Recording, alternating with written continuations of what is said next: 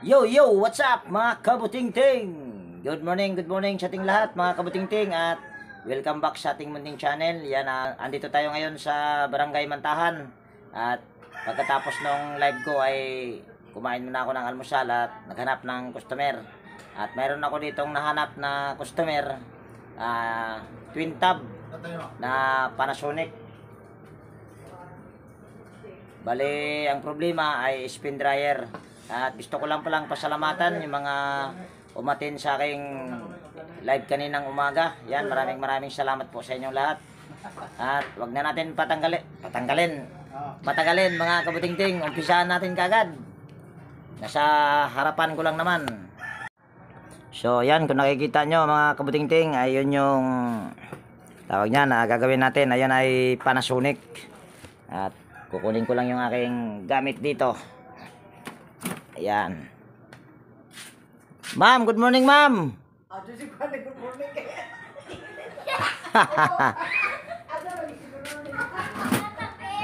Sabay tago si ma'am sa unan.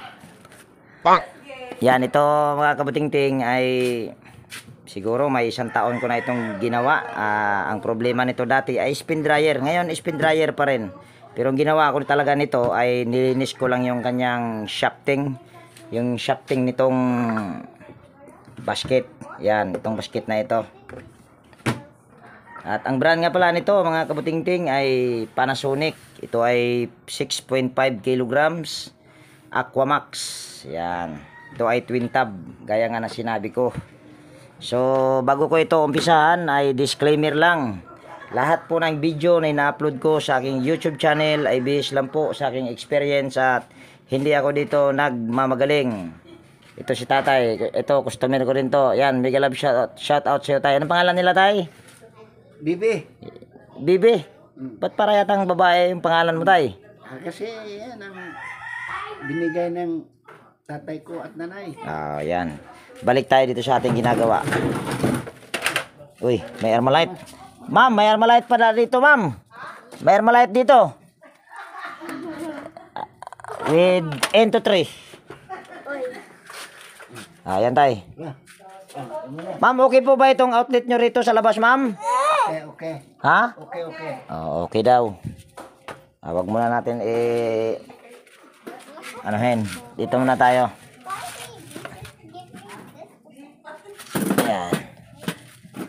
Yan ay ating testerin muna. Kung ito ba ay okay ba yung ano nito, tawag niyan. Sana ba yung aking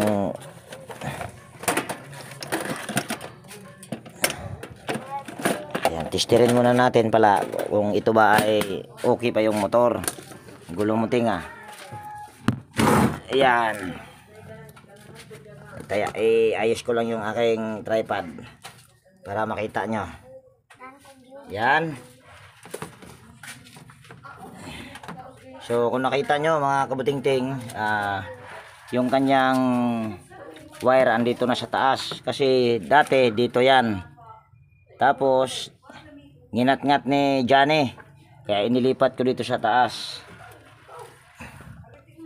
So una lang natin gagawin ito ay tanggalin muna natin yung tornilyo. Hindi pala kita.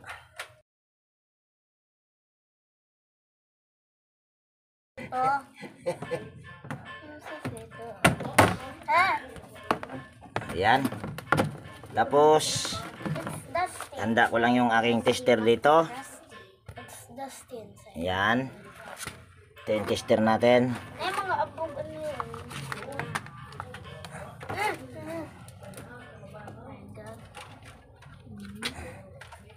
Yung Armalite na yon mga kabutingting or into 3 ay ano yon, laruan lang yon ha. Mamaya ay sipa tayo nito ni Lolo. Pwede ko namang i-edit yon. Baka tanggalin ko na lang yon. Yan, ito ay ating ikutin yung spin timer. At nakaikot na at nakababa na rin yung kanyang takip. So ito ay ating testerin lang. At on pala muna natin itong tester natin. At select natin sa OL. Yan. Sunod, ito ay ating itester lang yung power cord. Ang reklamo lang nila sa akin ito ay Yan, mayroon naman tayong nare-reading kung nakikita nyo. So saksak na lang muna natin. At hindi ko na ipapakita yung pagsaksak ko. So tignan nyo na lang yung motor. At or pakinggan nyo kung ano bang mangyayari dyan. Uusok ba or ano ba. Yan, saksak ko lang dito yung power cord.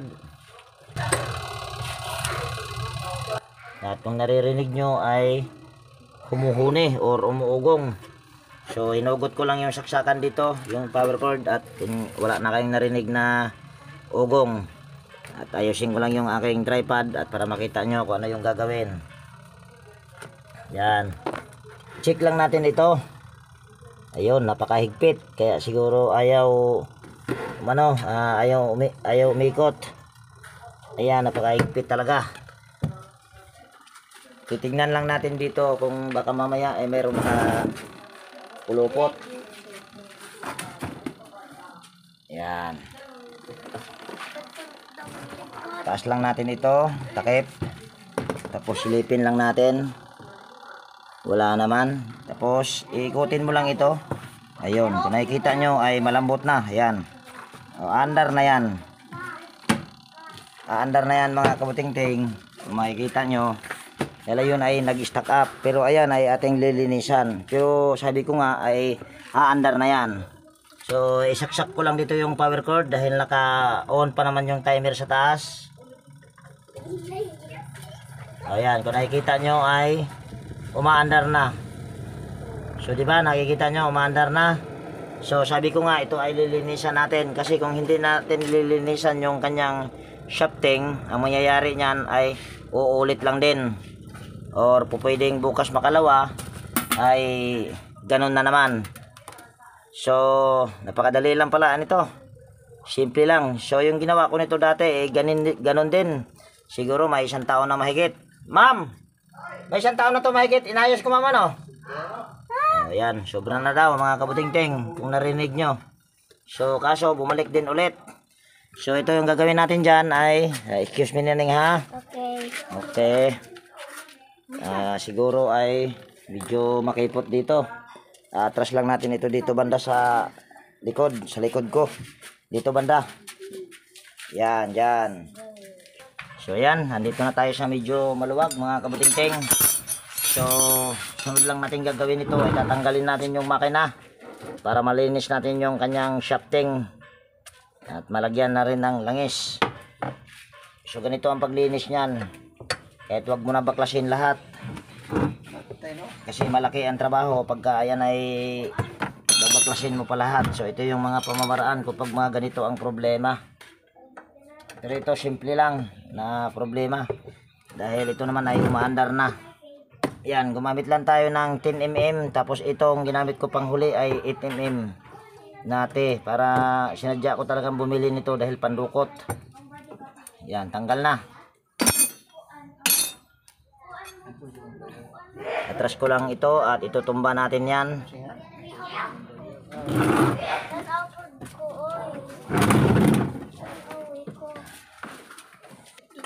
Ayan, natumba na.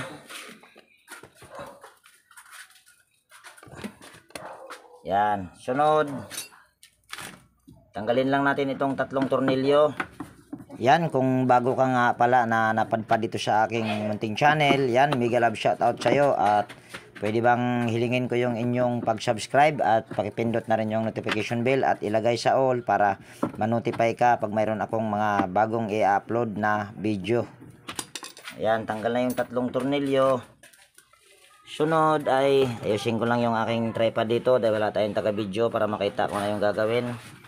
Yung isang kamay ko ay nandito pero ito ay andito sa nakahawak dito sa may basket dito.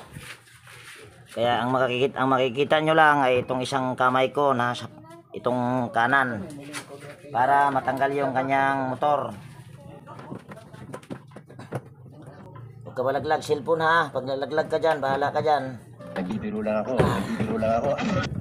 So ayan, kung nakikita nyo ay nahugot na. Hindi nyo nga lang nakita yung kabuuhan dahil wala tayong taga video ba. Kahit ganyan lang yan. Yan.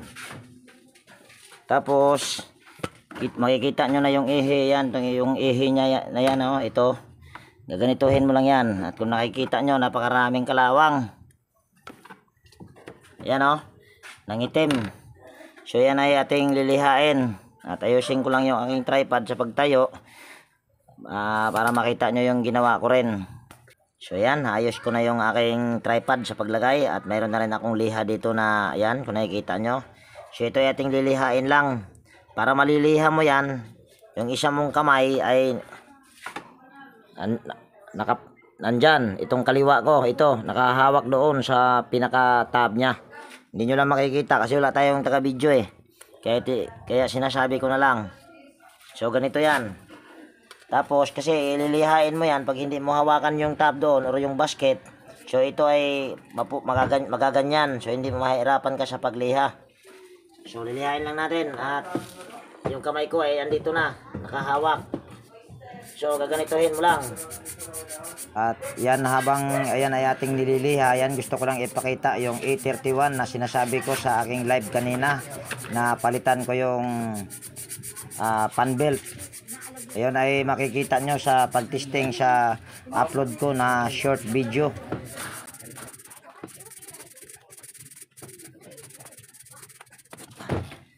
Ayan, kung nakita nyo ay napakakinis na. Ayan, oh. So kailangan mo lang dyan din ng basahan. Ayan, gaganituhin mo yan siya sa basahan pagkatapos mo lihain. Tapos lalangisan mo siya. Ang mangyayari kasi nito, yung isa mong kamay andoon sa basket nakahawak. So yun yung iikot mo. Tapos habang iniikot mo yun doon, ay doon mo lilihain mo naman ito sa kanang kamay. So yun yung pamamaraan ko. Kasi kung hindi mo to lilihain, lalangisan mo lang, mangyayari niyan ay posibleng bukas makalawa ay mag-stack up na naman. Tapos ganituhin mo lang siya para yung kalawang ay yan, magiging nandyan na naman, oh. Kung nakita nyo ay umitim na naman. Ewan ko lang kita sa kamerang kagwang kamera na to, ah. Yan, tapos linisan mo lang or punasan mo sa hanggang sa magiging malambot na talaga siya. Pero naman, ito naman ay papakita ko sa inyo mamaya. Ito naman ay wala pang kayod or yung gas-gas yung kanyang ihi.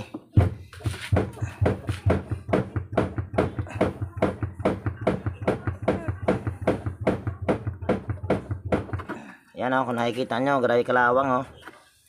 So ganyan lang gagawin. Ay 2 beses or 3 beses nyo langisan. Yan. Tapos langisan pa natin para sigurado 3 beses. Yan.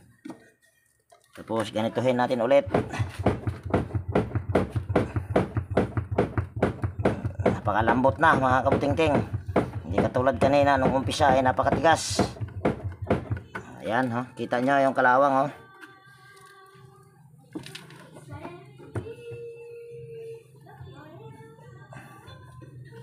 Ayan, papakita ko sa inyo na ayan, sinasabi ko ay wala talagang groove pa yan or yung gas-gas yung kanyang ihi, kung sa baga kinalawang lang ba. Ayan, ewan ko lang kung kita. Pwede naman pag ipapasok ko yung kamay ko, hindi makikita. Yan, makikita nyo yan dyan. Ayan, walang groove. Pero kung nakikita nyo yan, ito yung guhit na yan ay dito yan. Ito yan, salpakan na yan dito. Yan, parang bakas ba or bakat. Kaya mayroon siyang isang groove na ayan, kung nakikita nyo. Yan, ito guhit na yan. Yan yung bakat. Pero yung dito banda, yan, dito ay wala kayo nakikita kahit iikot ko pa yan. Ikutin ko. Tingnan nyo kung mayroon ba kayo makikita. Iikutin ko lang. Ayan. Yan, kung nakikita nyo, dandahanin ko lang. Oh, ayan. Ayan. O, diba? Wala kayo nakikita ng ewan ko lang kung nakita nyo, ay madilim eh.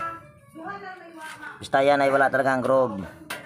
Tapos huling lagay natin ng langis bago natin i-assemble ulit. Lagyan natin ng langis yan. Yan. Tapos, gaganito mo konti. Ayan. Ayan, napakalambot na. So, sunod ay assemble na natin. Andali, iiksian ko lang yung aking tripod. Para makita nyo. So, ayan, umiksi na yung aking tripod. So, ito ay papasok lang natin dito. Tapos, yung isang kamay ko naman ay nakahawak ditong mga paa. Yung tatlong paa na to, tatlong spring. At ito tornilyo natin dito sa tornilyohan nya. Yan. So ipasok ko lang. Ayan, tapos tornilyo na natin. Kailangan ito, yan, papasok yan dito sa butas. Yung dalawa na to. Yan, at saka ito. Bago nyo itornilyo. Pero sa sharp, ito ay sinasalpak lang at may ipit na. Ito kasi ay Panasonic, kaya ditornilyo ito. Kasi kung hindi mo ito lalangisan, yung ihe, pwedeng ano na naman yan, babalik na naman. At yung bilo nga pala, mga kabutingting, ay nasisira din yun kahit hindi punit. Yun ay nahihirapan ang motor noon pag maraming gasgas. Pero ito tingin ko naman, dahil kung pagbasihan mo yung ihe ay wala naman.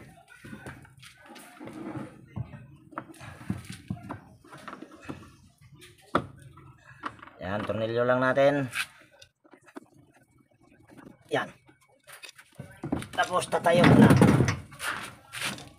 Yan. Tapos hindi nyo na makikita. Dahil makikita pa pala. Yan. Nagawa tayo ng paraan para makikita nyo. Yan. Tapos ito, yung ihi na ito ipapasok natin doon sa ano ba yun? Bakit ano bang tawag na na?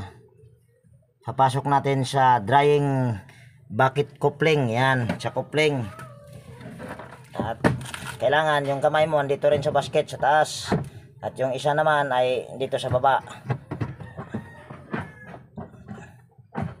Yan, kung nakita nyo ay nakapasok na, pero ayan ay hindi pa talaga pasok na pasok. Kung sa bagay itutulak mo pa dito sa taas yung basket para pumasok. Yan. Ayan na, nakapasok na yan. Ayusin ko lang yung aking tripod at para makita. Tapos titignan natin kung yung tatamaan ng tornilyo, ayun kasi ay may gatla. Ewan ko lang kung makita. Pwede naman to ilawan na lang mamaya pag edit. Yan o, hindi tatama. Hindi tumama doon sa pinakatornilyuhan niya. Pero pwede naman din kahit hindi tumama. Pero mas maganda talaga ipapatama mo doon sa pinakatamaan doon sa tornilyo para sigurado.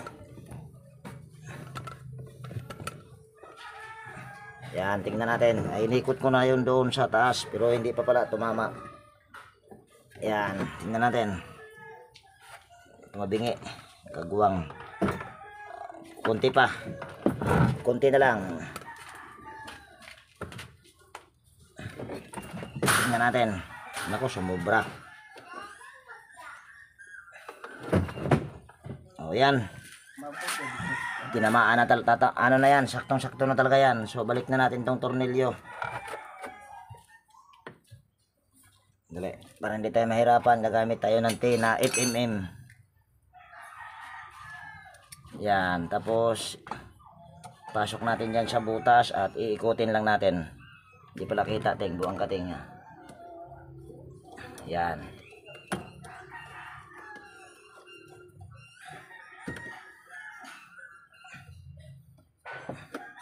Minsan ito mga kabutingting ay nag-i-stack up dahil may nakapulupot na damit or mga yung maliliit na bagay. Dapat pag nag-dryer talaga tayo, yung maliliit ay nasa pinakailalim or sa pinakagitna. Kasi pag ilalagay mo yun doon sa taas, ang mangyayari noon pagka lalo na pag sobra yung pagkarga, lilipad yun. So yan na. Ngayon ay sasaksak ko lang yung power cord. Di po na. Boss, pwede rin. Mm. Yan, saksak lang natin dito. Mayroon pa pala dito sa gilid. Marami pala itong saksakan. Kaso matigas man tay. Huwag na dyan. Di naman.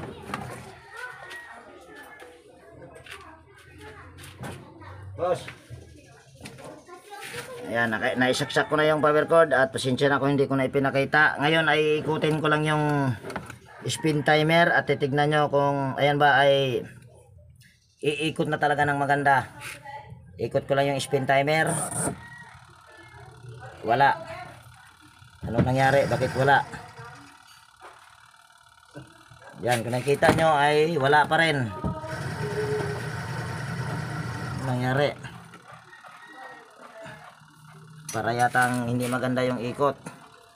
Ulitin natin. Baka yun ay hindi maganda pagkaipit doon sa ano. Mali ha. Hindi maganda yata yung pagka... Dito, ito ang pan. Huwag na tayo. Puwinte.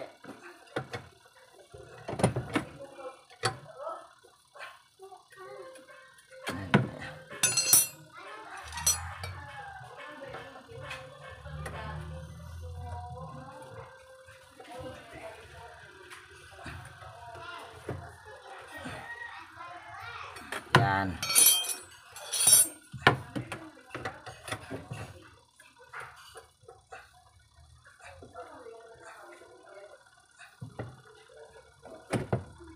Yan. Naigpit na talaga yan. Ano ko bakit na nangyari? Ayan, tignan natin ulit.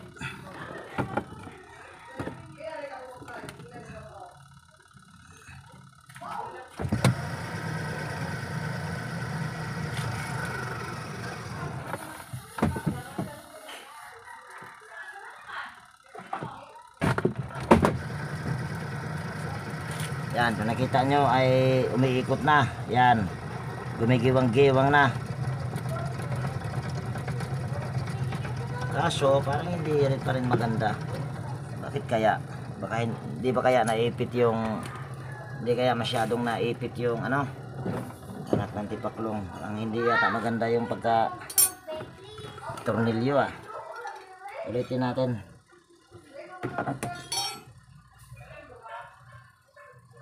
Nako, hindi pala magandang hindi nga pala talaga maganda pagka ipit doon sa ano, yung shafting niya, anak ng tipaklong. Kaya pala hindi maganda yung pagkaikot.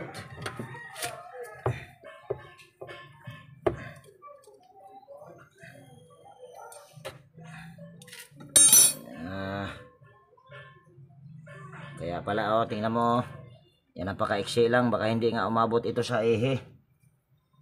Anak ng tipaklong ka. Kukuha muna ako ng vice grip.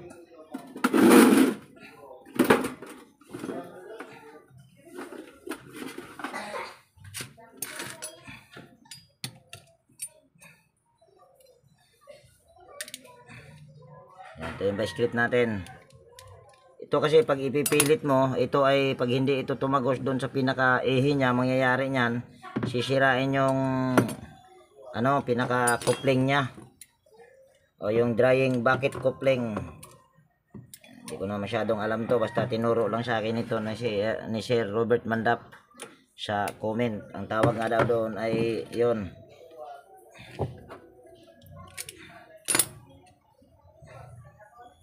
Yan, igaganyan muna natin ito dahil anak ng tipaklong. Tapos ulitin natin.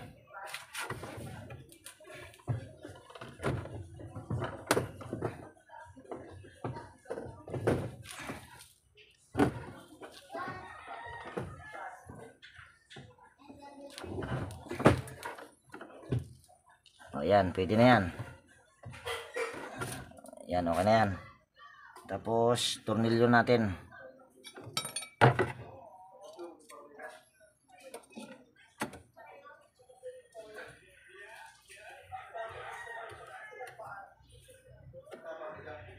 Ayan. Tapos gamit tayo ng T. Tapos higpitan lang natin yung nut. Ayan. Okay na. Okay na siguro yan. Nakadalawang sablay ako ah. Tapos, ikutin ko lang yung timer sa taas. Yan, kung nakikita nyo ay, ayun, napakaganda na ng ikot. Hindi katulad kanina. Hindi pala tumama doon sa, yung tornilyo ay hindi tumagos doon sa pinaka-ihi niya. Ihi ng basket. So tignan natin, ito naman ay hindi kaagad-agad na huminto dahil in-adjust ko na ito na lumayo yung preno. Yan ay naka-on pa. So ito ay sisilipin natin. Ayan oh. Hindi kaagad-agad na humihinto dahil ito ay pinalayo ko na ito dati yung preno niya. Yan. Yan, okay na.